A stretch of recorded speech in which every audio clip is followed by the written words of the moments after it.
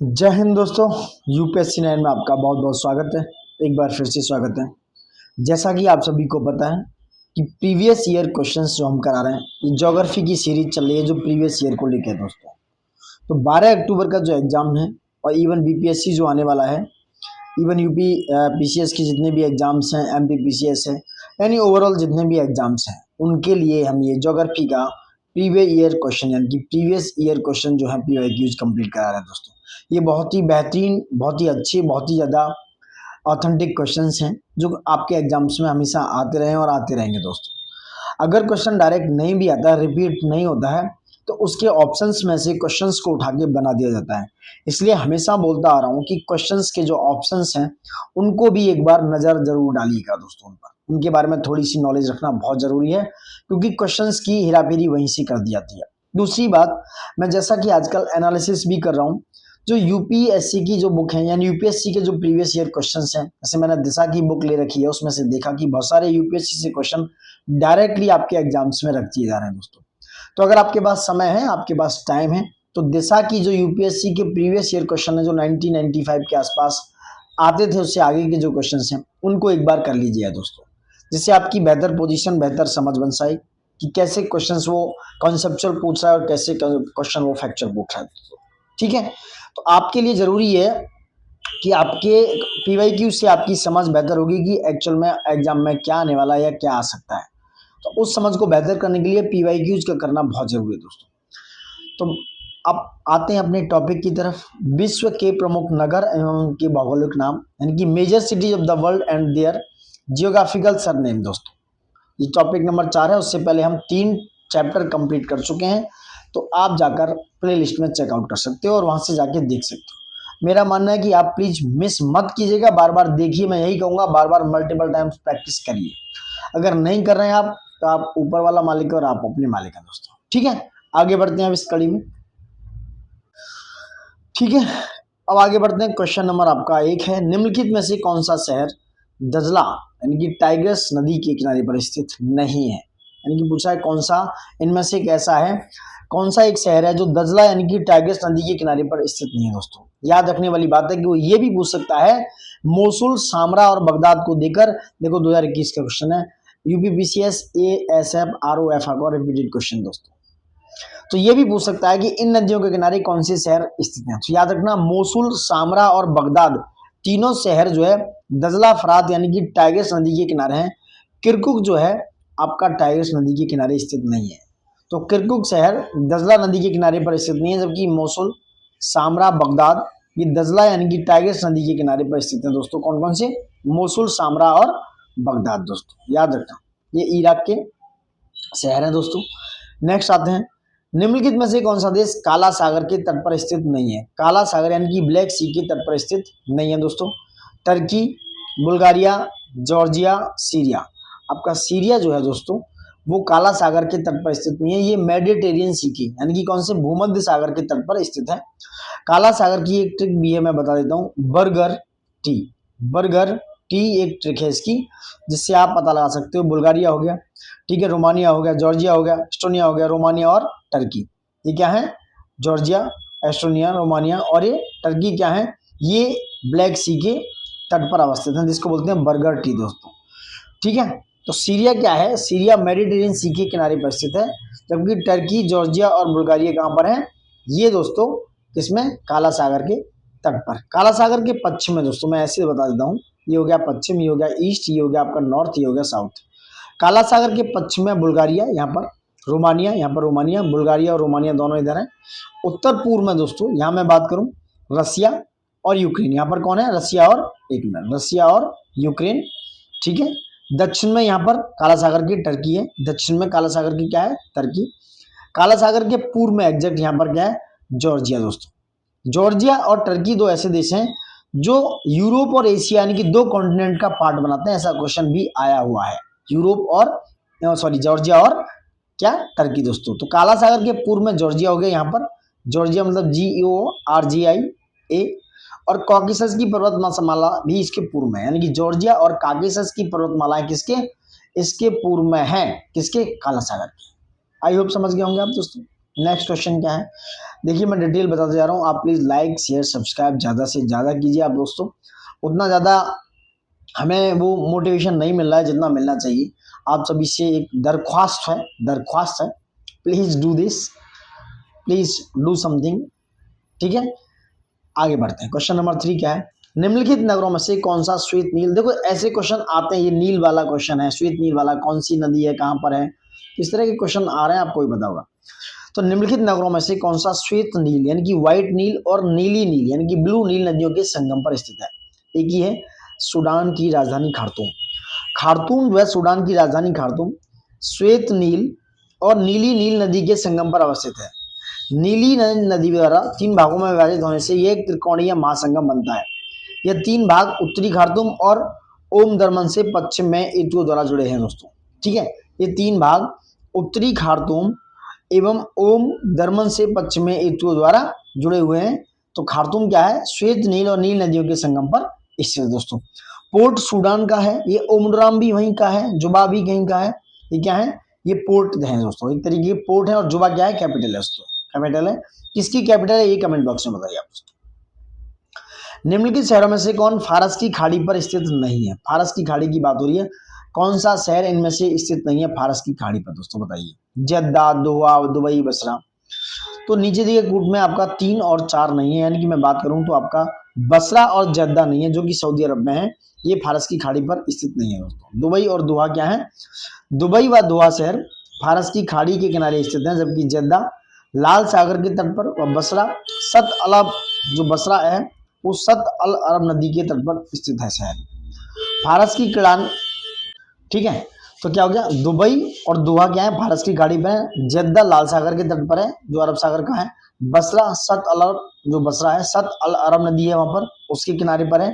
फारस की खाड़ी जो है उसके किनारे स्थित देश की मैं बात कर लूँ, वहां पर इराक, ईरान, कुवैत, ओमान, संयुक्त अरब अमीरात, बहरीन, सऊदी अरब और कतर है दोस्तों। कितने, इराक, ईरान, कुवैत, ओमान, संयुक्त अरब अमीरात, बहरीन, सऊदी अरब और कतर, करीब 8 देश हैं दोस्तों। 1 2 3 4 5 6 7 और 8 कंट्री हैं जो फारस की खाड़ी के किनारे स्थित है।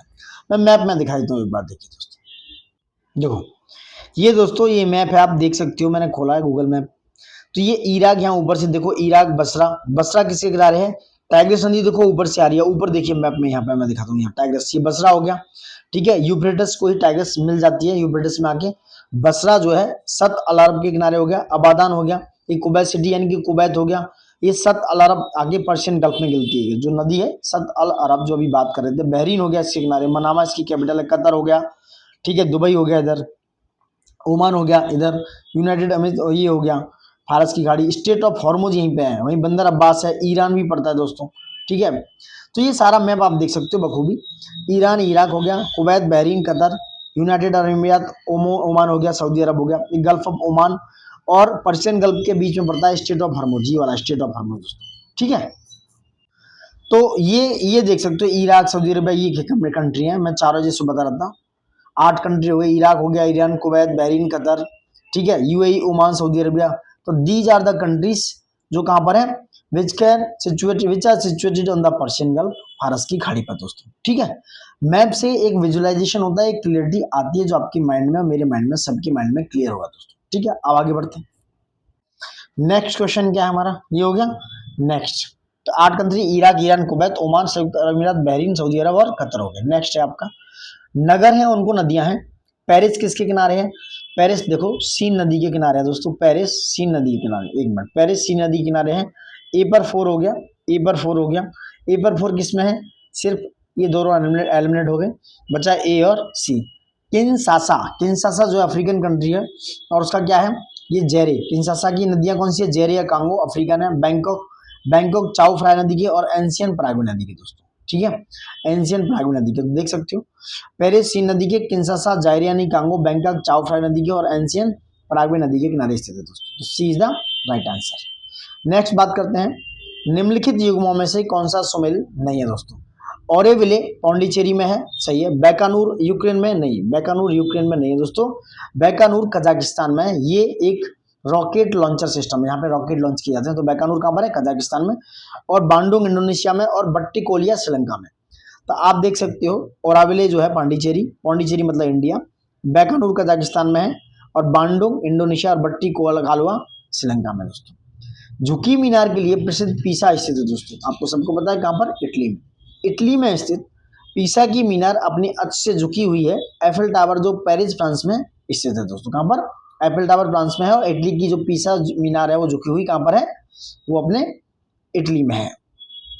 सूर्योदय का देश नाम से कौन देश प्रसिद्ध है दोस्तों, ये है जापान। कौन सा है, जापान। नॉर्वे को अर्धरात्रि के सूर्य का देश कहते हैं, जापान को उगते सूर्य का देश, सूर्यों का देश या निप्पन कहा जाता है, और नॉर्वे को अर्धरात्रि के सूर्य का देश। ब्रिटेन को डूबते सूर्य का देश, याद रखना। फिनलैंड को झीलों का देश। ब्रिटेन को डूबते सूर्य का देश कहा जाता है, उगते सूर्य का देश जापान जो कि पूरब में पड़ता है, और सूर्योदय का देश निप्पन को कहा जाता है दोस्तों। नेक्स्ट बात करते हैं, संयुक्त राज्य अमेरिका के किस राज्य को ब्लू ग्रास स्टेट भी कहा जाता है दोस्तों, यह है कंटुकी। बहुत इंपॉर्टेंट क्वेश्चन है। संयुक्त राज्य अमेरिका के कंटुकी राज्य को दोस्तों क्या कहते हैं, कंटुकी राज्य को blue grass state, blue state नाम से भी जाना जाता है। संयुक्त राज्य अमेरिका के कैलिफोर्निया राज्य को फिल्मी नगरी यानी कि हॉलीवुड भी कहा जाता है दोस्तों। तो ब्लू ग्रास स्टेट यूएसए का कंटुकी स्टेट है, कंटुकी राज्य उसको बोला जाता है दोस्तों। ठीक है, गॉट इट। नेक्स्ट बात करते हैं, निम्नलिखित में से किसे विश्व का चीनी का कटोरा कहा जाता है दोस्तों, यह आपका क्यूबा। क्यूबा को विश्व का चीनी का कटोरा कहा जाता है। क्यूबा को उष्ण एवं नम जलवायु है, वहां पर कैसी जो जलवायु है वो हॉट एंड वेट जलवायु है, क्लाइमेट है। तो गन्ने के उत्पादन के लिए उत्तम है। यहाँ का हवाई द्वीप गन्ने के प्रति हेक्टेयर उत्पादन में विश्व के प्रथम श्रेणी में स्थान रखता है दोस्तों, प्रति हेक्टेयर उत्पादन में। ऐसे क्वेश्चन भी आ जाते हैं कई बार। ठीक है, निम्नलिखित में से किस नगर को पूर्व का मैनचेस्टर कहा जाता है दोस्तों, तो पूर्व का मैनचेस्टर किसको कहा जाता है, तो पूर्व का मैनचेस्टर कहते हैं ओसाका। जापान में एक नगर है पूर्व का मैनचेस्टर, उसको कहा जाता है ओसाका को। यह जापान में एक वस्त्र उद्योग का प्रमुख केंद्र है। मैनचेस्टर इंग्लैंड में स्थित सूती वस्त्र का एक प्रमुख केंद्र भी है दोस्तों। मैनचेस्टर इंग्लैंड में सूती वस्त्र का एक प्रमुख केंद्र रहा है। नेक्स्ट बात करते हैं, तुर्की का कौन सा नगर पश्चिम का द्वार कहलाता है दोस्तों, यह है इस्तांबुल। कौन सा है, इस्तांबुल को क्या कहते हैं, पश्चिम का द्वार यानी कि वेस्ट का गेट कहते हैं, gate of the west, that is called. Turkey का कौन सा नगर है, इस्तांबुल को पश्चिम का द्वार कहते हैं दोस्तों। टर्की का इस्तांबुल नगर की पश्चिम का द्वार कहा जाता है कि तुर्की का 98% भाग कहाँ है, एशिया महाद्वीप में, और 2% भाग यूरोप महाद्वीप में पड़ता है। ये दोनों महाद्वीप का प्रवेश द्वार है दोस्तों। इस्तांबुल तीन ओर से मरमरा सागर से, याद रखना, इस्तांबुल जो टर्की का शहर है वो तीनों ओर से मरमरा सागर, वास्तुरस जल संधि एवं गोल्डन हॉर्न जैसी जलीय क्षेत्रों से घिरा हुआ दोस्तों। जो वाटर बॉडीज हैं उनसे घिरा हुआ इस्तांबुल। नंबर 1 मरमरा सागर, वास्तुरस स्ट्रेट यानी कि वास्तुरस जल संधि, एवं गोल्डन हॉर्न से घिरा हुआ है कौन, इस्तांबुल दोस्तों। नेक्स्ट है, राजाओं की घाटी अवस्थित है दोस्तों मिस्र में, इजिप्ट में। राजाओं की घाटी मिस्र यानी कि इजिप्ट में स्थित है। मिस्र अपनी प्राचीन सभ्यता के लिए जाना जाता है। गीजा के जो पिरामिड हैं वो परिसर और महान स्फिंक्स जैसे प्रसिद्ध स्मारक यहीं पर स्थित हैं। मिस्र पुरातात्विक अध्ययन का एक महत्वपूर्ण केंद्र है। यहाँ के शासक को फोरो नाम से भी जाना जाता है। कहाँ से, राजाओं की घाटी मिस्र के नाम को, और यहाँ के शासक को फोरो नाम से भी जाना जाता था दोस्तों। देखिए ये इंपोर्टेंट क्वेश्चन से कंप्लीट हो चुके हैं। अब आते हैं दोस्तों भूगर्भिक इतिहास एवं शैल तंत्र यानी कि जियोलॉजिकल हिस्ट्री एंड उसका रॉक सिस्टम क्या है, इनकी बात करेंगे डिटेल में। ऐसे क्वेश्चंस आते हैं, हम डिटेल करने के लिए बैठे हैं। इंपोर्टेंट क्वेश्चंस हैं, इंपोर्टेंट क्रोनोलॉजी है, सारी क्वेश्चंस को बखूबी कीजिए और इनको बराबर लगाइएगा, मल्टीपल प्रैक्टिस कीजिए। और सबसे बड़ी बात कि आप इन पीवाईक्यूज करने के बाद खुद में कॉन्फिडेंस लेके आएंगे। इन पीवाईक्यूज को ऐसे कीजिए कि आपको आंसर्स देखने को ना मिले, और जो क्वेश्चंस गलत हो रहे हैं उसी टॉपिक को आप बार बार रिवाइज कीजिए दोस्तों। चलिए लाइक शेयर सब्सक्राइब करते रहिएगा, आगे बढ़ते हैं।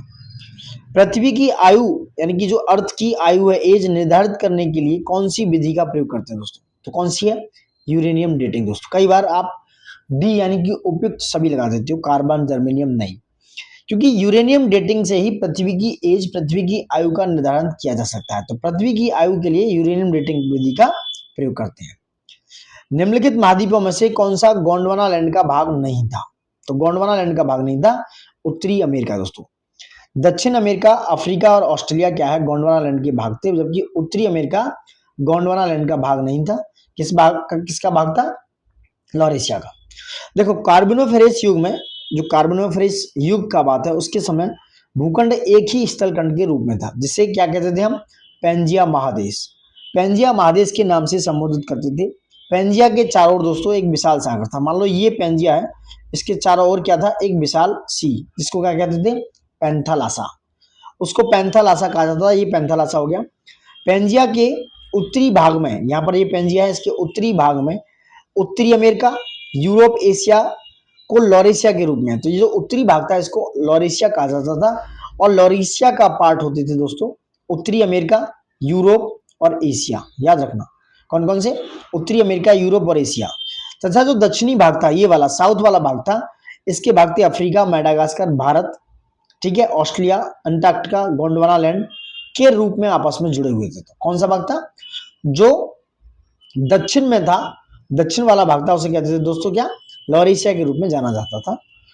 तो क्या था, दक्षिण भाग में दक्षिण अमेरिका था, ठीक है, तो लॉरेशिया होगा आपका क्या, जो उत्तर में था। और दक्षिण में क्या हो गया, गोंडवाना लैंड, ठीक है। तो गोंडवाना लैंड में दक्षिण America, Africa, Madagascar, Bharat, Australia और अंटार्कटिका की बात हो रही है दोस्तों। आई होप आप समझ पा रहे हैं।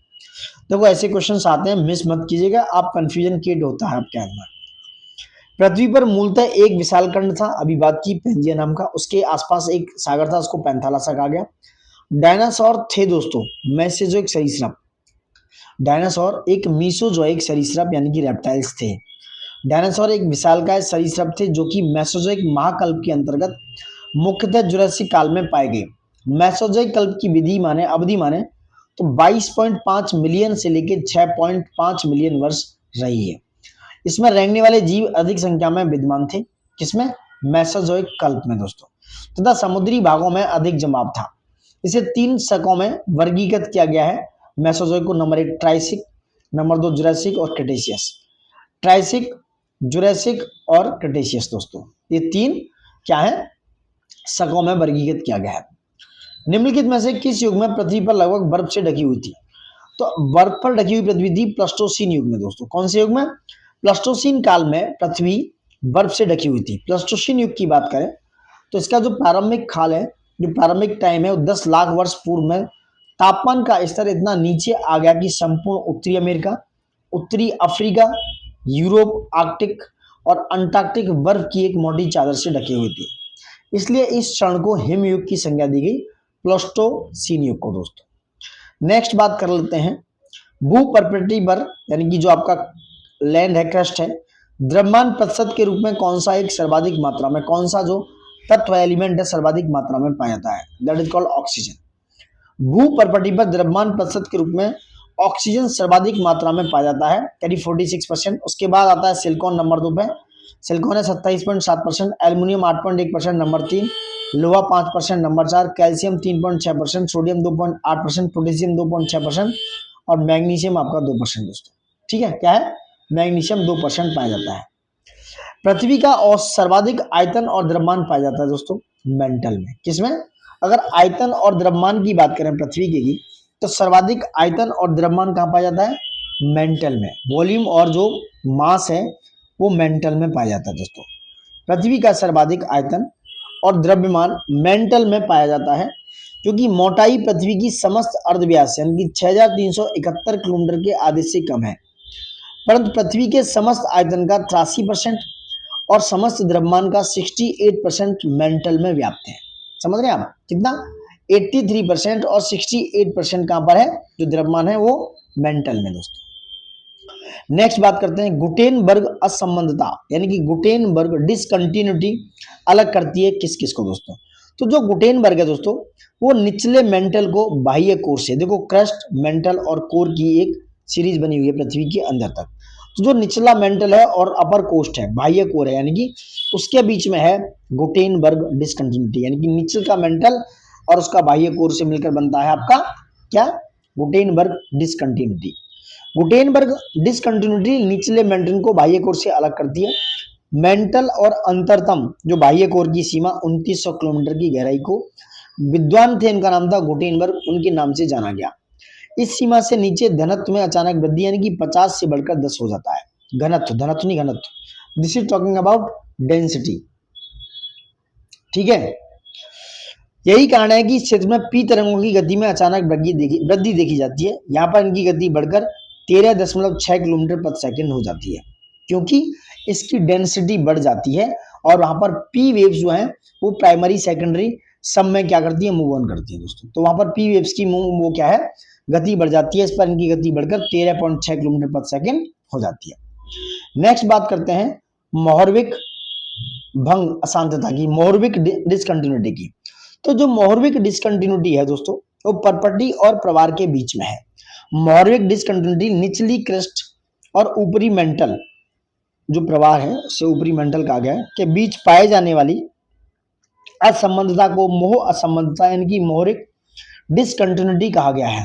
तो निचली मेंटल एवं बाह्य कोट के बीच को गुटेनबर्ग कहा गया है और मोह डिसकंटिन्यूटी कहा गया है। जो निचली क्रस्ट है यानी कि क्रस्ट मेंटल और कोर ऐसे जाएंगे, तो निचली क्रस्ट और अपर मेंटल के बीच को क्या कहा गया है, क्या कहा गया है, मोह डिसकंटिन्यूटी दोस्तों। ठीक है। नेक्स्ट, निम्नलिखित में से कौन सा भूगर्भिक चक्र का भाग है दोस्तों? भूगर्भिक चक्र का भाग ये है जलीय चक्र। देखो एक क्वेश्चन आरओ एरो में आया जलीय चक्र से रिलेटेड कि जलीय चक्र को सबसे ज्यादा प्रभावित कौन करता है। उसमें ऑप्शन है फॉरेस्ट, यानी कि और भी ऑप्शन है और उसमें आंसर है फॉरेस्ट 1। तो वही निम्नलिखित में से कौन सा भूगर्भिक चक्र का भाग है, ये है जलीय चक्र। जलीय चक्र भूगर्भिक चक्र का भाग है। जलीय चक्र के अंतर्गत वाष्पीकरण और वर्षण यानी कि पर्सिपिटेशन और इवेपोरेशन की प्रक्रिया द्वारा जीव मंडल के दो महत्वपूर्ण संगठकों स्थल मंडल और जलमंडल के बीच जल का सतत आदान प्रदान होता है दोस्तों। वो आपका क्या है, भूगर्भिक चक्र है दोस्तों। निम्नलिखित में से किसे कायांतरित चट्टानों यानी कि मेटामॉर्फिक से संबंध करेंगे दोस्तों? ये आपकी गार्नेट यानी क्या है, गार्नेट तांबला को जो है मेटामॉर्फिक चट्टान से रिलेट कर सकते हैं दोस्तों। नेक्स्ट क्वेश्चन आते हैं, एक मिनट रीड करता हूं। निम्नलिखित विकल्प में गार्नेट जो है तांबला कायांतरित चट्टानों के उदाहरण है। अवसादी व आग्नेय चट्टानों में ताप व दाब के रूप में परिवर्तन हो जाने से रूपांतरित चट्टानों का जन्म होता है। जैसे चूना पत्थर से संगमरमर बनता है, बालुका पत्थर से क्वार्टजाइट बनता है, गैर्बो से सर्पेंटाइन बनता है दोस्तों। याद रखना, चूना पत्थर से आपका बनता है संगमरमर, बालुका पत्थर से क्वार्टजाइट और ग्रेबो से क्या बनता है, सर्पेंटाइन। नेक्स्ट बात कर लेते हैं, निम्नलिखित में से कौन सा कथन असत्य है यानी कि इनकरेक्ट पूछ रहा है। भौमिकीय दृष्टि से प्रायद्वीपीय क्षेत्र भारत का सबसे प्राचीन भाग है। सबसे प्राचीन भाग दोस्तों अरावली वाला है, असत्य पूछ रहा है, ये सही है। वैसे अरावली भी हो गया और प्रायद्वीपीय। हिमालय विश्व में सबसे नवीन फोल्डेड पर्वतों का प्रदर्शित करता है, सही। भारत के पश्चिमी समुद्र तट की निर्माण नदियों के जमाव क्रिया द्वारा हुआ है दोस्तों, ऐसा नहीं है। पूर्वी तट का निर्माण नदियों की जमाव क्रिया द्वारा हुआ है, तो सी गलत हो गया। भारत में गोंडवाना शिलाओं में जो कोयले का प्रथम भंडार पाया जाता है दोस्तों, ये बात सही है, ये बात सही है। ठीक है, तो ये क्या हो गया, भारत के पश्चिमी समुद्री तट का निर्माण नदियों की जमाव की क्रिया द्वारा नहीं हुआ, क्योंकि पश्चिमी तट की अधिकांश नदियां एस्टरी का निर्माण करती हैं। पश्चिमी तट की अधिकांश नदियां छोटी व तीक्ष्णगामी है, तेजी से चलती हैं, जो डेल्टा का निर्माण ना करके ज्वारा नदमुख यानी कि एस्टरी का निर्माण करती हैं। वहीं भारत के पश्चिमी समुद्र तट का निर्माण नदियों के जमाव क्रिया द्वारा ना होकर उनके कगार द्वारा हुआ है, कगार द्वारा। जबकि भौमिकीय दृष्टि से प्रायद्वीपीय क्षेत्र भारत का सबसे प्राचीन भाग है। हिमालय विश्व का सबसे नवीन वलित पर्वत को प्रदर्शित करता है। भारत में गोंडवाना शिलाओं में कोयले के प्रथम भंडार पाए जाते हैं दोस्तों। संगमरमर क्या है, ऊपर बात की थी, कायांतरित चट्टान। चूना पत्थर से मिलकर चूना पत्थर को कायांतरित करके मेटामॉर्फिक करके संगमरमर बनाया जाता है, तो ये एक मेटामॉर्फिक रॉक हो गया, ये एक कायांतरित चट्टान है। देखो रिपीटेड क्वेश्चन है, जो कि चूना पत्थर के मेटामॉर्फ यानी कि कायांतरण के परिणाम है। ये अधिकतर कैल्साइट का बना होता है, जो कि कैल्शियम कार्बोनेट का स्फटिकीय रूप है। यह शिल्प कला के लिए निर्माण अवयव हेतु प्रयुक्त होता है। शिल्प कला मतलब जो आप बनाते हैं, काट के बनाते हैं, शिल्प कला जैसी। निम्नलिखित में से कौन रूपांतरित चट्टान नहीं है दोस्तों? ग्रेनाइट एक रूपांतरित चट्टान नहीं है। ग्रेनाइट एक बेसाल्ट चट्टान है, आग्नेय चट्टान है दोस्तों। संगमरमर, क्वार्टजाइट और शिस्ट क्या है, रूपांतरित चट्टान है। ग्रेनाइट चट्टानें रूपांतरित चट्टानों का उदाहरण ना होकर ग्रेनाइट आग्नेय शैल का उदाहरण है। किसका? आग्नेय शैल का। इन आग्नेय चट्टानों का निर्माण मैग्मा के ठंडा होकर जमने से होता है। जो आग्नेय चट्टान है, तो ग्रेनाइट मैग्मा के ठंडा होने के बाद बनने वाली चट्टान है, अतः इसे प्राथमिक चट्टानें भी कहा जाता है। प्राइमरी चट्टान आग्नेय चट्टान है, तो ग्रेनाइट एक प्राइमरी चट्टान का, प्राइमरी रॉक का एग्जाम्पल है। इन चट्टानों में जीवों एवं जीवाश्मों का अभाव पाया जाता है। आग्नेय चट्टानों में दोस्तों जो जीव हैं और उनके जो जीवाश्म है उनका अभाव पाया जाता है दोस्तों। ठीक है, अब बात करते हैं दोस्तों पर्वत, पठार एवं मैदान। इट्स वेरी इंपॉर्टेंट टॉपिक्स, बहुत ही इंपॉर्टेंट टॉपिक्स हैं जो वर्ल्ड ज्योग्राफी से, आप मिस मत कीजिए। The mountain, plateau and plain we are talking about now. ठीक है, लाइक शेयर सब्सक्राइब ज्यादा से ज्यादा कीजिए दोस्तों। मेरा मानना है कि आप प्लीज जो पीवाई क्यूज हैं, प्रीवियस ईयर क्वेश्चन है, उन्हें बखूबी करेंगे तो बेहतर होगा। आप एक अच्छी पोजीशन में खुद को समझेंगे और खुद को लाकर खड़ा कर सकते हैं। एक्यूरेसी आपकी मच बेटर हो सकती है। ठीक है, फिर उसके बाद अगर चाहें तो इसमें से आप ऑप्शन में से ही नोट्स बना सकते हैं। चलो बात करते हैं पर्वत, पठार, मैदान, माउंटेन, प्लेट्यू एंड प्लेन की दोस्तों। ठीक है, ठीक है, नाउ बात करते हैं माउंटेन, प्लेट्यू एंड प्लेन्स। पर्वत की बात करते हैं दोस्तों, क्या है देखो, निम्नलिखित में से किसे पर्वतों का सागर कहा जाता है? किसे पर्वतों का सागर कहा जाता है? याद रखने वाला क्वेश्चन है, इंपॉर्टेंट क्वेश्चन है। प्लीज लाइक शेयर सब्सक्राइब ज्यादा से ज्यादा कीजिए दोस्तों। तो ये आपका ब्रिटिश कोलंबिया, ब्रिटिश कोलंबिया को पर्वतों का सागर कहा जाता है तथा जापान को उगते सूरज का देश। वहीं दक्षिण अमेरिका जो है, साउथ अमेरिका का पश्चिमी तट जो है दोस्तों, क्या है? पश्चिमी तट, उसको कहा जाता है चिली का चुकीकमाटा जो है वहां पर स्थित है। ठीक है, तो जापान को उगते सूरज का देश कहा जाता है। वहीं दक्षिण अमेरिका का जो पश्चिमी तट है दोस्तों, मैं बता रहा था, जो पश्चिमी वाला इलाका है ये इस तरीके से दक्षिण अमेरिका का, यहाँ चुकीकमाटा चिली पड़ता है। तो वहां पर चुकीकमाटा तामागी खान है, कॉपर का खान है, वो विश्व प्रसिद्ध है। इसे विश्व की तांबे की राजधानी कहा जाता है। वहीं दक्षिण पूर्व एशिया में, साउथ ईस्ट एशिया में विश्व का सबसे ऊंचा पठार है पामीर। पामीर की पठार को विश्व की छत कहा जाता है दोस्तों। ठीक है, नेक्स्ट है एंडीज पर्वत श्रेणी निम्नलिखित में से किस महाद्वीप में है? आपको पता है दक्षिण अमेरिका में। ये कौन सी है? ये फोल्ड माउंटेन से बनी हुई है दोस्तों। ठीक है, वलित पर्वतों से। दूसरी बात, कितनी लंबी है ये याद रखना, और ये में इसमें ये भी याद रखना कौन कौन से जो कंट्री हैं इस एंडीज के पार्ट हैं दोस्तों, क्योंकि ऐसे क्वेश्चंस आ रहे हैं और बनते हैं दोस्तों, इसलिए मैं आपको बता दे रहा हूं। तो एंडीज दक्षिण अमेरिका में है। एंडीज पर्वत श्रेणी दक्षिण अमेरिकी महाद्वीप में स्थित है। एंडीज पर्वत उत्तर से दक्षिण की ओर फैला हुआ है। औसत ऊंचाई में एशिया में हिमालय के बाद दूसरा स्थान है, क्योंकि अर्जेंटीना में माउंट एकांग्वा स्थित है दोस्तों। क्या है? माउंट एकांग्वा स्थित है कहां पर? अर्जेंटीना में दोस्तों। ठीक है, तो ये क्या हो गया? ये हो गया एंडीज। साउथ अमेरिका में जो मोरक्को से लेके, मोरक्को कोलंबिया, मोरक्को से लेके बोलिविया, पेरू, इस तरीके से फैली हुई है। अर्जेंटीना, चिली, ठीक है, तो इस तरीके से फैली हुई है एंडीज पर्वतमाला। नेक्स्ट बात करते हैं शिखर और उसकी अवस्थिति। माउंट एकांग्वा कहां पर है दोस्तों? माउंट एकांग्वा कहां है दोस्तों? माउंट एकांग्वा ये आपका कहां पर है? कहां पर बताइए? अर्जेंटीना में। ठीक है, माउंट पिकोडी और जब ए पर ए देखिए सब में, तो ये एलिमिनेट हो गया। ठीक है, माउंट विंसप मसिप कहां है? अंटार्कटिका में। माउंट लोगान कहां है? 1 2 3 4, A is the right answer. A is the right answer, देखिए A is the right answer. Mount Aconcagua कहां पर है? अर्जेंटीना में हो गया। माउंट पिकोडी ओरिजिवो मैक्सिको में हो गया। माउंट विंसप मैसिप अंटार्कटिका में, याद रखना ये आते हैं क्वेश्चन। और माउंट लोगान कहां है? यूकॉन कनाडा में दोस्तों। ठीक है, ये शिखर है और उनकी अवस्थिति दोस्तों। पिकोडी ओरिजिवा मैक्सिको में। जो डार्लिंग श्रृंखला ऑस्ट्रेलिया के निम्नलिखित तटों में से किस पर अवस्थित है दोस्तों? तो जो डार्लिंग सीरीज है वो आपका दक्षिण पश्चिम है दोस्तों। कहां पर? पश्चिम दक्षिण, यानी कि इस वाले इलाके में है, ऑस्ट्रेलिया के दक्षिण पश्चिम तट पर। ठीक है, तो डार्लिंग श्रृंखला ऑस्ट्रेलिया के दक्षिण पश्चिम तट पर अवस्थित है, जो लौह अयस्क, यहाँ पे आयरन ओर के लिए प्रसिद्ध है। दक्षिण पश्चिम में डार्लिंग जो सीरीज है वो कहाँ है? लौह अयस्क के लिए। जबकि डार्लिंग नदी ऑस्ट्रेलिया के दक्षिण पूर्व में, कहां पर? दक्षिण पूर्व, यहाँ वाले इलाके में, ये ईस्ट हो गया, ये नॉर्थ हो गया, दक्षिण पूर्व में प्रवाहित होती है। ऑस्ट्रेलिया एकमात्र ऐसा महाद्वीप है जो पूरी तरह दक्षिणी गोलार्ध में, साउथ सदर्न हेमीस्फीयर में स्थित है। मकर रेखा ऑस्ट्रेलिया महाद्वीप के मध्य से होकर गुजरती है। इसी महाद्वीप के पूर्वी तट पर ग्रेट डिवाइडिंग रेंज नामक पर्वत श्रृंखला दोस्तों, जो 2500 किलोमीटर लंबी है। नेक्स्ट बात कर लेते हैं श्वेत पर्वत कहाँ स्थित है दोस्तों? ये आपके यूएसए में। व्हाइट पर्वत कहां पर है? संयुक्त राज्य अमेरिका में स्थित है। श्वेत पर्वत फ्रांसिस्को रेंज किन्समान स्थित है दोस्तों। किन्समान में स्थित है फ्रांसिस्को रेंज।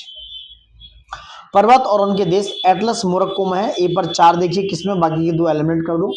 किलिमंजारो तंजानिया में है 3, तो A is the right answer. 4-3 Chimborazo Ecuador में और पेरेनिज फ्रांस स्पेन में हो गया दोस्तों। 4-3-2-1 एटलस मोरक्को, किलिमंजारो तंजानिया और चिम्बोराजो इक्वाडोर में हो गया दोस्तों। निम्नलिखित में से कौन सी विश्व की सबसे लंबी पर्वत श्रेणी है? अभी बात कर रहे थे एंडीज।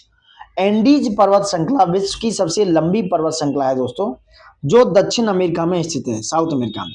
रॉकी पर्वत श्रेणी उत्तरी अमेरिका में, हिमालय भारत, नेपाल तथा ग्रेट डिवाइडिंग रेंज ऑस्ट्रेलिया में स्थित है। एक बार इनके मतलब उसके लिए क्वेश्चन आया है कि क्रोनोलॉजी में लगाइए कौन कौन सी सबसे लंबी है दोस्तों। इसमें मैं लगा दूं, सबसे पहले सी यानी कि एंडीज, उसके बाद है रॉकी पर्वत ए 3000 के आसपास, और उसके बाद है डी पे हिमालय पर्वत, और उसके बाद है ग्रेट डिवाइडिंग रेंज दोस्तों। CADB is the right answer. Next बात करते हैं, निम्नलिखित पर्वतों में से कौन संयुक्त राज्य अमेरिका में अवस्थित नहीं है? ब्लैक फॉरेस्ट पर्वत, ग्रीन पर्वत, रेड पर्वत, व्हाइट पर्वत। ये रिपीटेड क्वेश्चन है कितनी बार देखो। तो ब्लैक फॉरेस्ट पर्वत दोस्तों जर्मनी में स्थित है, ए इज नॉट आंसर। ये जर्मनी में स्थित है, जबकि ग्रीन पर्वत, रेड पर्वत, व्हाइट पर्वत संयुक्त राज्य अमेरिका में। याद रखना, ग्रीन, व्हाइट, रेड सब पर्वत कहां पर है? USA में स्थित है दोस्तों। नेक्स्ट बात करते हैं, विश्व में निम्नलिखित पर्वत श्रृंखलाओं को उनकी लंबाई के अवरोही क्रम में, देखो मैं ऊपर बात कर रहा था लंबाई के अवरोही क्रम में, मतलब कि सबसे लंबी, फिर उससे लंबी, फिर उससे लंबी की बात हो रही है, घटता क्रम की बात हो रही है। तो ये सबसे लंबी एंडीज, फिर रॉकी, फिर हिमालय, फिर ग्रेट डिवाइडिंग रेंज। ठीक है, एंडीज विश्व की सबसे लंबी पर्वतमाला है, जो कि दक्षिण अमेरिका की पर्वतमाला है। इसका सर्वोच्च ऊंचा हाईएस्ट बिंदु एकांक्वा है दोस्तों। लंबाई की दृष्टि से दूसरे स्थान पर रॉकी माला है, जिसका सबसे ऊंचा बिंदु है माउंट एल्बर्ट। किसका? रॉकी पर्वत का माउंट एल्बर्ट। तीसरे स्थान पर है हिमालय पर्वत श्रेणी, तथा चौथे पर है आपका पूर्वी ऑस्ट्रेलिया में ग्रेट डिवाइडिंग रेंज। अब आते हैं नेक्स्ट, सूची 102 से मिलाना है। माउंट किनेबालू कहाँ है? मलेशिया में। एलबुर्ज कहाँ है? ईरान में। एकांग्वा कहाँ है? अर्जेंटीना में। किलिमंजारो कहाँ है? तंजानिया में दोस्तों। मैच कर सकते हो आप, देख लेना answer. D is the 2413 is the right answer. Next, निम्नलिखित पर्वतों में कौन टर्सरी पर्वतीकरण का परिणाम नहीं है? टर्सरी पर्वतीकरण का परिणाम नहीं है, यानी कि जो नई श्रृंखला है, ये कौन सा है? अपलेशियन। अपलेशियन एक नई सीरीज है। टर्सरी जो युग है उसमें चतुर्थ पर्वत निर्माणकारी घटना घटित हुई है, जिससे विश्व के वर्तमान उच्चतम एवं नवीनतम जो वलित पर्वतों का सृजन हुआ है दोस्तों, जैसे कि रॉकी पर्वतमाला, एंडीज, कॉर्पेथियन, पेरेनीज, कॉकेसस, जॉग्रेस, एल्ब्रुज, कुनलुन आदि। जबकि अपलेशियन, अरावली, महादेव, सतपुड़ा, ये क्या है? कैलोडियन पर्वत हैं। इनको क्रिया पैलोजिक कल्प के विभिन्न युगों में संपन्न हुई है दोस्तों। देखो बहुत ही इंपॉर्टेंट क्वेश्चन है, ऐसे क्वेश्चन आते हैं और आप मिस कर जाते हो। जो टर्सरी युग है दोस्तों, वो क्या है? एक नवीन चतुर्थ पर्वत निर्माणकारी घटना है, जो वलित पर्वत बने हैं वहां पर, नवीन वलित पर्वत, जिसमें हिमालय भी एक पार्ट है। तो उसमें हो गई रॉकी पर्वतमाला, हो गई एंडीज, हो गई कॉर्पेथियन, हो गए पेरेनीज, कॉकेसस, जॉग्रेस, एल्ब्रुज, कुनलुन। जबकि जो अपलेशियन, अरावली हैं, ये दोस्तों मैं बता दूं, अपलेशियन हो गया, अरावली हो गया, महादेव, सतपुड़ा, ये क्या है? कैलोडियन, यानी कि पुरानी पर्वतकाल है, पुरानी पर्वतमाला है। किसमें? पुरानी। अरावली बनी है किसमें? रेसिडुअल काल में, रेसिडुअल टाइम में, पहली जो है कल्प में ये बने हैं दोस्तों। अब नेक्स्ट, पर्वत और देशों को मैच करना है। अलेघनी कहां पर है? अलेघनी आपका संयुक्त राज्य अमेरिका में, कैंटाब्रियन स्पेन में, एल्ब्रुज ईरान में, और मैकंजी कनाडा में दोस्तों। यानी कि 4321 is the right answer. Next question, important question है, लाइक शेयर सब्सक्राइब बराबर कीजिए दोस्तों, जो आप नहीं कर रहे हैं। अफ्रीका का सर्वोच्च पर्वत शिखर माउंट किलिमंजारो अवस्थित है तंजानिया में। किलिमंजारो अफ्रीका का अवशिष्ट, जैसे कि हमारा अरावली पर्वत है, रेसिडुअल पर्वत है किलिमंजारो भी, जो तंजानिया की, मैं तंजानिया की बात कर रहा हूं, उसके उत्तर पूर्वी में, यहाँ पर उत्तर पूर्व में स्थित है, तंजानिया के उत्तर पूर्वी तट पर। यह अफ्रीका का सबसे ऊंचा पर्वत है, जिसकी ऊंचाई करीब 5895 मीटर है, 5895 मीटर। नेक्स्ट बात करते हैं, माउंट टिटलिस स्थित है, ये स्विट्जरलैंड में दोस्तों। माउंट टिटलिस ज्वालामुखी पर्वत है, यानी कि वल्कनिक एक्शन के द्वारा, वल्कनिक माउंटेन है, वल्कनिक एक्शंस के द्वारा बनाया हुआ, स्विट्जरलैंड में, यूरोपीय देश में स्थित है माउंट टिटलिस। जर्मनी में ब्लैक फॉरेस्ट पर्वत तथा संयुक्त राज्य अमेरिका में रॉकीज पर्वतमाला अवस्थित है। नेक्स्ट बात करते हैं, निम्नलिखित पर्वतों में से कौन सा इटली में अवस्थित है? अभी बात की थी एपिनाइन। एपिनाइन पर्वत जो है इटली में अवस्थित है। आल्प्स पर्वत की बात करें तो ये मध्यवर्ती सेंट्रल यूरोप में स्थित है, ये आल्प्स पर्वत, ये किस तरह की श्रृंखला है ऐसे करके आल्प्स पर्वत की। इसका विस्तार फ्रांस, ऑस्ट्रिया, जर्मनी और स्विट्जरलैंड में। आल्प्स पर्वत का कहाँ पर है? फ्रांस में दोस्तों, ऑस्ट्रिया में, याद रखना जर्मनी और स्विट्जरलैंड में। फैक्स नाम से याद रख लो कि जो फैक्स हैं वो क्या है आपका दिनारिक आल्प्स पर्वत में फैले हुए। दिनारिक आल्प्स पर्वत फैक्स में फैले हुए हैं France, Austria, Germany and Switzerland में। इनका सर्वोच्च बिंदु है माउंट ब्लैंक। माउंट ब्लैंक जो है सर्वोच्च बिंदु है इसका, जिसकी ऊंचाई है 4810 मीटर। दिनारिक आल्प्स पर्वत श्रृंखला Albania, Croatia, Bosnia, Kosovo, Montenegro, Serbia और स्लोवानिया में भी स्थित है, जो बाल्टिक सागर के आसपास मामला है। जबकि आल्प्स और जूरा पर्वत जो है, आल्प्स और जूरा पर्वत जो है वो स्विट्जरलैंड में अवस्थित है। आल्प्स और जूरा पर्वत दोस्तों, ठीक है। तो क्या होगा, स्विट्जरलैंड में आल्प्स और जूरा है। प्रेनीज पर्वत फ्रांस व स्पेन की सीमा बनाता है। कौन? ये आपका प्रेनीज पर्वत। प्रेनीज पर्वत फ्रांस व स्पेन की सीमा बनाता है दोस्तों। नेक्स्ट आते हैं, फ्रांस तथा स्पेन के बीच बनाता है आपका ऊपर बात हुई प्रेनीज। RO 2013 का क्वेश्चन है। आल्प्स मैच करना है। आल्प्स दोस्तों याद रखना, आल्प्स जो है, आल्प्स में ऊपर बात करता है एक फोल्ड माउंटेन है, वलित पर्वत। तो ए पर 3 हो गया, सारे एलिमेंट हो गए, B is the right answer. कोई बात नहीं, आगे बढ़ते हैं। वॉसेजस होते हैं जो फ्रांस में है, वॉसेजस ये भेंसोद पर्वत है, यानी कि ये नीचे घुस गए, फॉल्ट के द्वारा बने हुए। आल्प्स कैसा है? वलित पर्वत है, फोल्ड माउंटेन है, ठीक है। और ये कैसा है? वॉसेजस भेंसोद पर्वत है। विंध्य कैसा है आपका? विंध्य भारत में जो है एक अवशिष्ट रेसिडुअल पर्वत है दोस्तों। विंध्य भारत में अरावली की तरह एक रेसिडुअल पर्वत है विंध्य, अवशिष्ट। और फ्यूजियामा कैसा है? ज्वालामुखी पर्वत दोस्तों, आप देख सकते हो। आल्प्स यूरोप में है, एक वलित पर्वत है, फोल्ड माउंटेन है। वॉसेजस फ्रांस में भेंसोद पर्वत है। विंध्य भारत में है, एक अवशिष्ट पर्वत है अरावली की तरह। और फ्यूजियामा जापान में एक ज्वालामुखी पर्वत की उदाहरण है दोस्तों, ज्वालामुखी पर्वत का उदाहरण है, ठीक है। Got it. नेक्स्ट क्वेश्चन आता है, ड्रैकन्सबर्ग पर्वत किस देश में स्थित है? दक्षिण अफ्रीका में दोस्तों। कहां पर? दक्षिण अफ्रीका में। तो ड्रैकन्सबर्ग पर्वत दोस्तों दक्षिण अफ्रीका में स्थित है, ठीक है दोस्तों।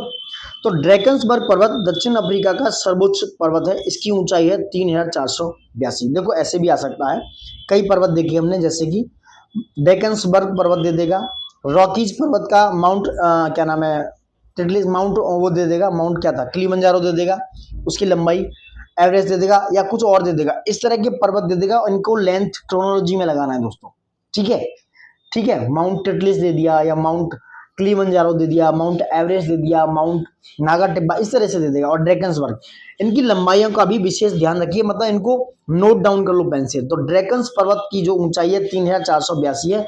इसका विस्तार दक्षिण अफ्रीका व लेसोथो 2 देशों में है, याद रखना। ड्रैकन्सबर्ग पर्वत दक्षिण अफ्रीका के साथ लेसोथो में भी फैला हुआ है। लेसोथो एक कंट्री है दक्षिण अफ्रीका में। इसका निर्माण काल प्राजीव कल्प के अंतिम चरण में हुआ। उत्तर अमेरिका में अपलेशियन, दक्षिण अमेरिका में पेंटागोनिया की पहाड़ी, दक्षिण अमेरिका में क्या है? पेंटिगोनिया की पहाड़ी, जर्मनी के ब्लैक फॉरेस्ट आदि सभी पर्वत हर्सिनियन काल के हैं। क्वेश्चन आ जाए कि हर्सिनियन काल के कौन से पर्वत हैं? उत्तरी अमेरिका का अपलेशियन, दक्षिण अमेरिका का पेंटागोनिया, जर्मनी का ब्लैक फॉरेस्ट, ये सब क्या है? हर्सिनियन काल के दोस्तों, ठीक है। अब आते हैं क्वेश्चन नंबर 19 पे। रेसिडुअल पर्वत की बात हो रही है, ये कौन सा है? अरावली। विंध्य पर्वत भी आपका है, और रेसिडुअल पर्वत का उदाहरण है कौन? विंध्य पर्वत और अरावली। रेसिडुअल पर्वत का अवशिष्ट इसलिए कहा जाता है कि अपर्दन की शक्ति, डिनोडेशन के बाद प्रारंभिक पर्वत काटकर नीचे हो जाते हैं। इनका अवशिष्ट भाग या शेष अवरोधक भाग दृष्टिगोचर होता है, जैसे इंडिया में अरावली, सतपुड़ा, महादेव पर्वत और पारसनाथ की पहाड़ी, ये सब अरावली पर्वत के उदाहरण है, सॉरी रेसिडुअल पर्वत के उदाहरण है, याद रखना। अरावली, सतपुड़ा, महादेव पर्वत और पारसनाथ दोस्तों। नेक्स्ट आते हैं, निम्नलिखित पर्वतों में से कौन राइन नदी के किनारे अवस्थित है? राइन नदी की बात हो रही है, तो ब्लैक फॉरेस्ट दोस्तों जो जर्मनी में है। राइन नदी पूछो कहाँ है? जर्मनी में। ब्लैक फॉरेस्ट कहाँ है? जर्मनी में। तो राइन नदी स्विट्जरलैंड में आल्प्स पर्वत से निकलकर, राइन नदी आल्प्स पर्वत से निकलती है, जो कि स्विट्जरलैंड में है, जर्मनी व नीदरलैंड में बहती हुई उत्तरी सागर में, नॉर्थ सी में गिर जाती है। कौन सी? राइन नदी। इसके पूर्वी किनारे पर ब्लैक फॉरेस्ट और पश्चिमी किनारे पर वॉसेजस पर्वत स्थित है, याद रखने वाली बात है। इसके पूर्वी किनारे पर, मैं पूर्वी और पश्चिम की बात करूंगा फिलहाल, पूर्वी किनारे पर इसके क्या है? पूर्वी किनारे पर है ब्लैक फॉरेस्ट, और पश्चिमी किनारे पर है इसका वॉसेजस दोस्तों, वॉसेजस, पश्चिमी किनारे पर इसका वॉसेजस स्थित है। तो राइन नदी स्विट्जरलैंड में आल्प्स पर्वत से निकलकर जर्मनी व नीदरलैंड में बहते हुए उत्तरी सागर में गिर रही है। इसके पूर्वी किनारे पर इस वाले पार्ट पर आपका क्या है, ब्लैक फॉरेस्ट, और पश्चिमी किनारे पर वॉसेजस पर्वत स्थित है दोस्तों। नेक्स्ट बात करते हैं, निम्नलिखित में से कौन सा युग्म सुमेलित है? ब्लैक फॉरेस्ट जर्मनी में ये सुमेलित है, पेनाइन्स स्पेन में, सेरा नेवादा यूएसए में, वॉसेजस कहाँ है दोस्तों? ये भी आपकी कहाँ है? फ्रांस में। ठीक है, ब्लैक पर्वत एक भ्रंश पर्वत है जो जर्मनी में अवस्थित है। पेनाइन्स पर्वतमाला का विस्तार मध्य पश्चिमी मध्य भाग में है। सेरा नेवादा कहाँ है? कैलिफोर्निया यूएसए में स्थित विश्व का सबसे अधिक विस्तृत ब्लॉक पर्वत का उदाहरण है सेरा नेवादा। वॉसेजस पर्वत का विस्तार फ्रांस में है, यह भी एक ब्लॉक पर्वत है। ब्लैक फॉरेस्ट और वॉसेजस पर्वत के मध्य विश्व की सर्वाधिक व्यवस्थित व्यापारिक नदी, ट्रेडिशनल कॉमर्शियल नदी राइन नदी प्रवाहित होती है। किसके? ब्लैक फॉरेस्ट और वॉसेजस पर्वत के मध्य में दोस्तों। नेक्स्ट, माउंट ब्लांक नहीं पता, एकांगुआ नहीं पता, पता होगा एकांगुआ एंडीज में, तो बी पर तो हो गया, मैकिनले रॉकीज में हो गया, एल्बुर्ज कॉकेसस में हो गया, माउंट ब्लांक आल्प्स में। भाई इस तरह से निकाल लो ना इनको यार, माउंट ब्लांक आल्प्स में हो गया, एकांगुआ एंडीज में, मैकिनले रॉकीज में, एल्बुर्ज कॉकेसस में। Answer is 1 2 3 4 is the right answer. Next क्या है, असीर श्रेणी की बात करें। असीर श्रेणी क्वेश्चन बहुत अच्छे से, असीर श्रेणी जिस पर मक्का स्थित है निम्नलिखित में से किस देश युग में स्थित है? असीर श्रेणी इंपोर्टेंट क्वेश्चन है, ये आपका सऊदी अरब और यमन में स्थित है दोस्तों। जो असीर श्रेणी है ये जिस पर मक्का स्थित है, यह सऊदी अरब के दक्षिण पश्चिम में। कहां पर? सऊदी अरब के दक्षिण पश्चिम तथा यमन के पश्चिम में, यानी कि यमन के पश्चिम में स्थित है दोस्तों, यमन के पश्चिम में। तो यह असीर श्रेणी यमन और सऊदी अरब में स्थित है। यह श्रेणी लाल सागर तक चली गई है। कौन सी असीर श्रेणी? रेड सी को टच करती है। इसका विस्तार उत्तर में सऊदी अरब और यमन होगा। ये आंसर की बात कर रहे हैं। पर्वतों की उत्पत्ति को रेडियो धर्मिता सिद्धांत प्रस्तुत किया था दोस्तों, किसने? जॉली ने। तो पर्वतों की उत्पत्ति का जो रेडियो धर्मिता सिद्धांत जॉली ने प्रस्तुत किया। जॉली ने रेडियो एक्टिवता सिद्धांत प्रस्तुत किया, होम्स ने संवहन तरंग सिद्धांत प्रस्तुत किया, होम्स ने। डेली ने खिसकते महाद्वीप का सिद्धांत, और कोबर ने भूसन्नति सिद्धांत प्रस्तुत किए दोस्तों। इंपोर्टेंट क्वेश्चन है। तो जॉली ने क्या किया? रेडियो एक्टिवता सिद्धांत, होम्स ने संवहन तरंग सिद्धांत, डेली ने खिसकते महाद्वीप का सिद्धांत, वहीं कोबर ने भूसन्नति सिद्धांत प्रस्तुत किए। नेक्स्ट बात करते हैं सूची 1 और 2। आल्प्स कैसा है दोस्तों? आल्प्स एक बलित पर्वत है, फोल्ड माउंटेन है। वॉसेजस कैसा है दोस्तों? वॉसेजस एक ब्लॉक पर्वत है, अरावली अवशिष्ट है, फ्यूजियामा ज्वालामुखी पर्वत से बना हुआ एक क्या है? पर्वत है दोस्तों। नेक्स्ट बात होगी, आप ही मैच कर सकते हो, सारे क्वेश्चन सही है आपके। अब आते हैं क्वेश्चन नंबर पठार पर। पठार पर मतलब पठार पर। क्वेश्चन नंबर 26 की बात करें, निम्नलिखित में से कौन सा पर्वत श्रेणी पामीर गांठ से नहीं निकलती? इंपोर्टेंट क्वेश्चन है। हिंदुकुश निकलता है, कुनलुन निकलता है, हिमालय भी पामीर से निकलता है, बट खिंगन जो है पामीर से नहीं निकलता दोस्तों। पामीर की गांठ जिसे पर्वतों की गांठ कहा जाता है, पामीर गांठ के पश्चिम में, यहाँ ऐसे मैं बना देता हूँ, पश्चिम में हिंदुकुश पर्वत, क्युनलुन चीन के पश्चिम भाग में, तथा क्षेत्र विस्तार की दृष्टि से एशिया की सबसे लंबी पर्वतमाला हिमालय पर्वतमाला जो 2400 से 2500 किलोमीटर की लंबाई में है, पामीर गांठ से ही निकलती है दोस्तों। खिंगन जो है, खिंगन की मैं बात कर लूं, खिंगन चीन के उत्तरी पूर्वी भाग में, चीन के उत्तर पूर्व में, यहाँ पर चीन के उत्तरी पूर्वी भाग में फैली हुई पर्वतमाला है जो पामीर की गांठ से भिन्न पर्वतमाला है। तो खिंगन कहाँ पर है? चाइना में। चाइना में है, जो कि हिमालय पामीर गांठ से नहीं निकलती है। टेलीग्राफिक पठार हिस्सा है दोस्तों किसके? उत्तरी अटलांटिक कटल के, उत्तरी अटलांटिक कटक के। तो टेलीग्राफिक पठार का उत्तरी अटलांटिक, नॉर्थ अटलांटिक कटक का हिस्सा है। अटलांटिक महासागर के अन्य कटक हैं कौन कौन से? डॉल्फिन कटक, चैलेंजर कटक, बेबिल थॉम्सन कटक, अनुदैर्ध्य वालावस कटक दोस्तों। अनुदैर्ध्य वालावस कटक क्या है? ये सब टेलीग्राफिक पठार के हिस्से हैं।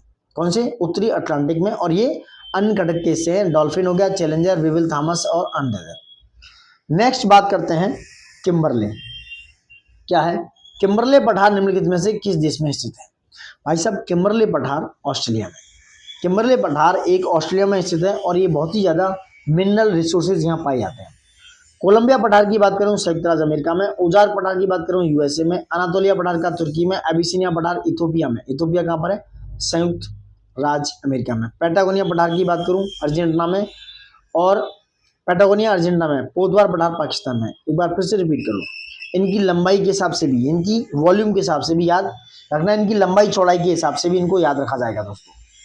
इनको इनकी लंबाई के हिसाब से, यानी कि कोलंबिया पठार कितना है संयुक्त राज्य अमेरिका में, उजाक यूएसए में, अनातोलिया तुर्की में, अबिसिनिया इथोपिया में, पटागोनिया पठार अर्जेंटीना में, पोतवार कहाँ पर है, पाकिस्तान में। तो इनका लंबाई के क्रम में भी, चौड़ाई के क्रम में भी इनको याद रखा जाएगा। निम्नलिखित में से कौन सा सबसे बड़ा, यानी कि कौन सा सबसे बड़ा इस तरीके से याद रखा जाएगा, तो ये कोलोराडो। तो कोलोराडो पठार कोलंबिया से भी बड़ा है, उसके बाद आता है कोलंबिया। तो कोलोराडो पठार दोस्तों इन सबसे बड़ा है, उसके बाद आता है कोलंबिया दोस्तों। D is right answer.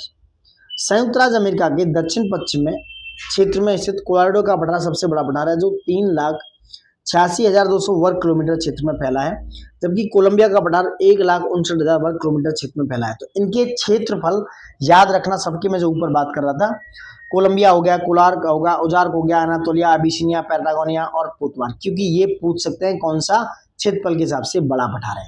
वैसे ही मरुस्थल में कौन सा बड़ा मरुस्थल है, कौन सा छोटा दोस्तों, ठीक है। इस तरह के क्वेश्चन आते हैं।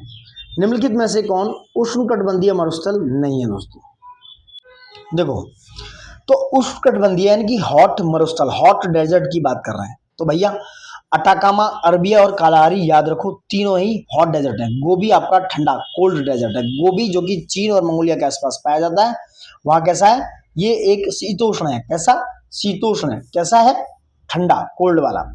अटाकामा है चिली में, अरबिया अरबिया सऊदी अरेबिया में, इजिप्ट में, और कालाहारी का है अफ्रीका में।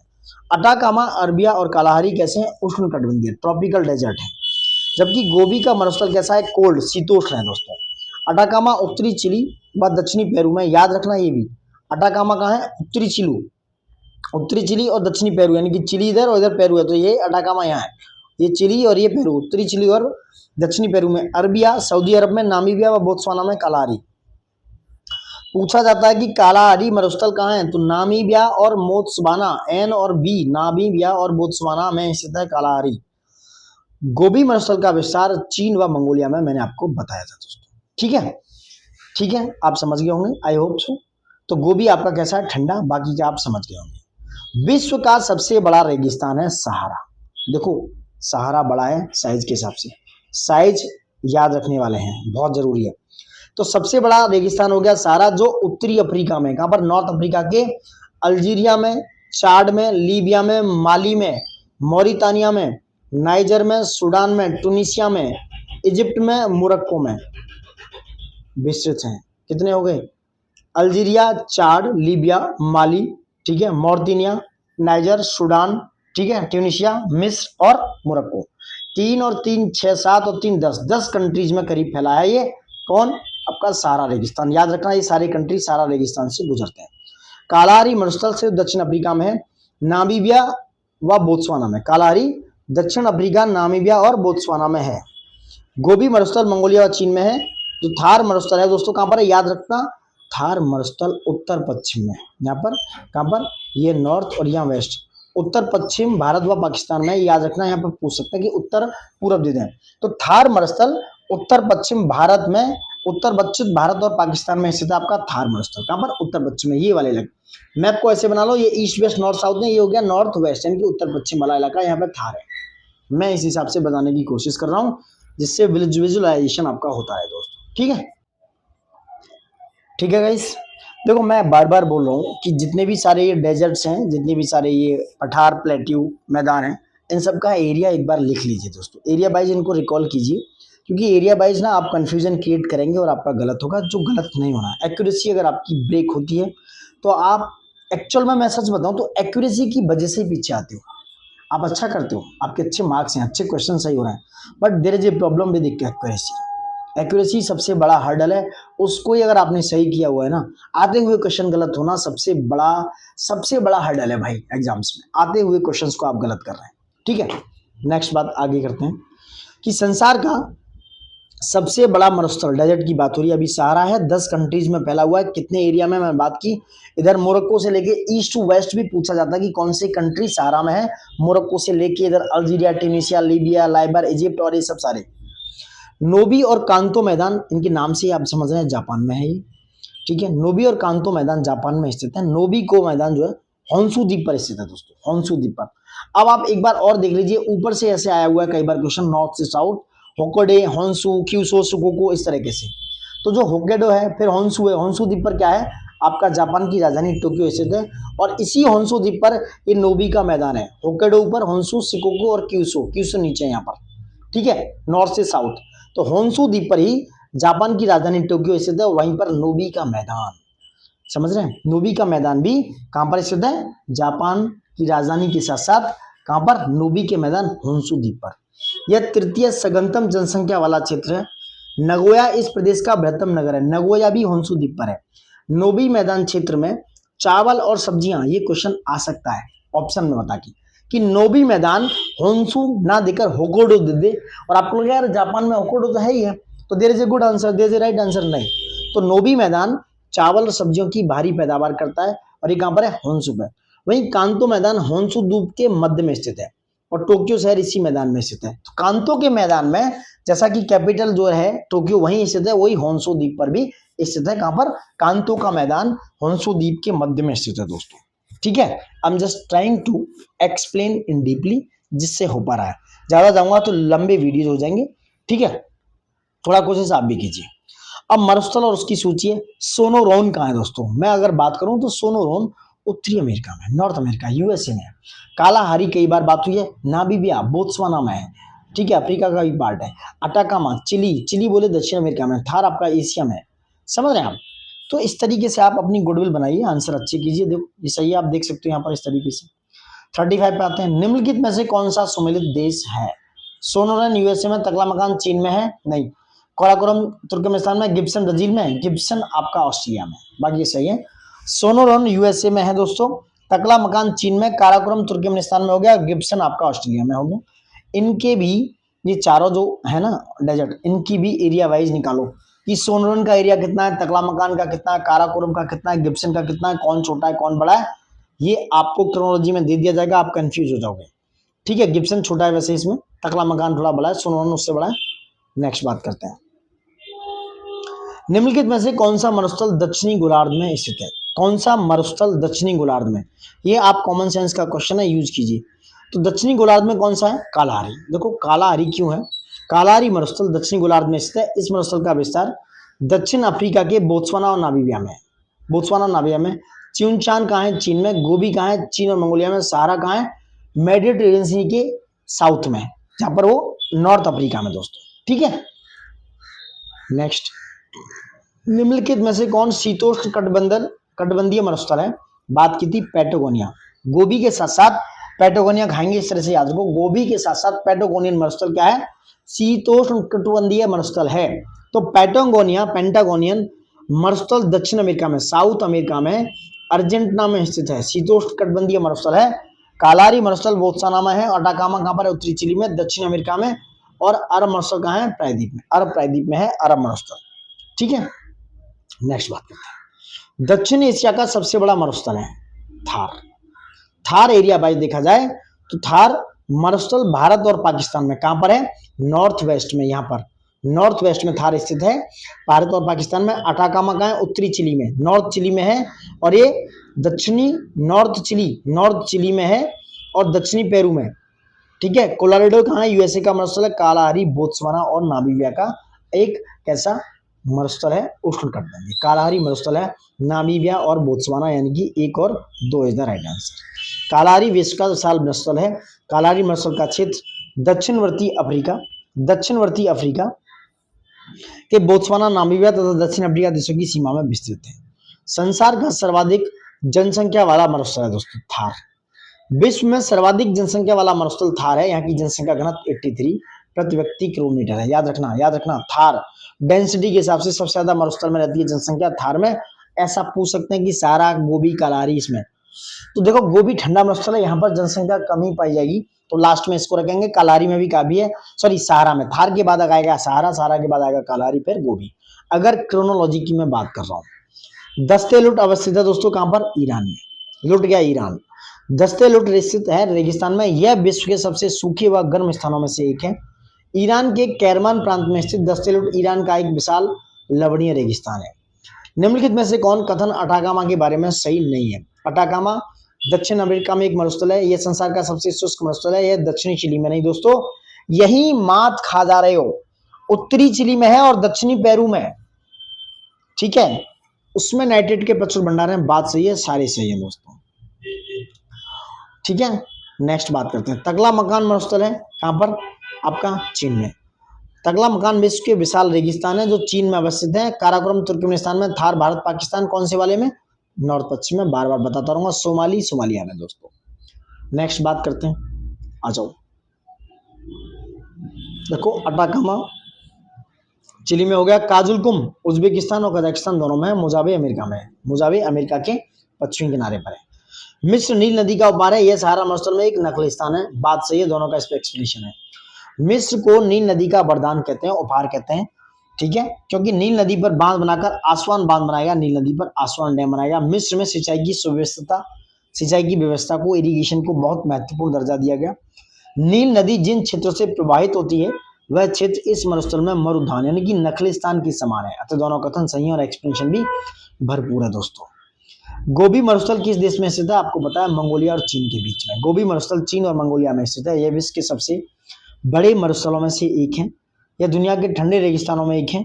गोबी मरुस्थल एशिया महाद्वीप में मंगोलिया के अधिकांश भाग पर फैला हुआ है। इसका विस्तार चीन में भी है, लेकिन परसेंटेज वाइज देखा जाए तो मंगोलिया में ज्यादा है। एशिया में आपका कौन सा है बताइए? एशिया महाद्वीप में है आपका गोबी, जो कि चीन और मंगोलिया में। अफ्रीका में आपका कालाहारी हो गया, नामीबिया, बोत्सवाना साउथ अफ्रीका में। उत्तरी अमेरिका में आपका मोजावे हो गया। दक्षिण अमेरिका में अटाकामा हो गया, जो कहां पर है? चिली में, उत्तरी चिली में। ठीक है दोस्तों यहां तक करीब हमने आज 3 से 4 चैप्टर कंप्लीट किए हैं। 56-7 मिनट की क्लास हो गई है। ज्वालामुखी और भूकंप से रिलेटेड यानी कि जो वोल्केनिक एंड अर्थक्वेक की क्लास को नेक्स्ट वीडियो में करने वाले हैं।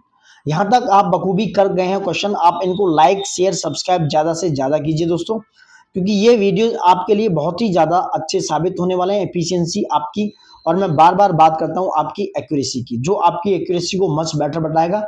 ये मैंने क्वेश्चंस डिटेल में बताने की कोशिश की है और आप क्या कर सकते हैं इनके साथ ये भी बताने की कोशिश की है। तो सबसे जरूरी बात यही है कि आप ज्यादा से ज्यादा लाइक, ज्यादा से ज्यादा शेयर और सब्सक्राइब कीजिए, जिससे आपके और दोस्तों तक, आपके अपने चाहने वालों तक आपके भला हो और दूसरों का भी भला हो, उन तक ये वीडियो पहुंच जाए दोस्तों। ज्यादा से ज्यादा शेयर कीजिए एंड जय हिंद दोस्तों।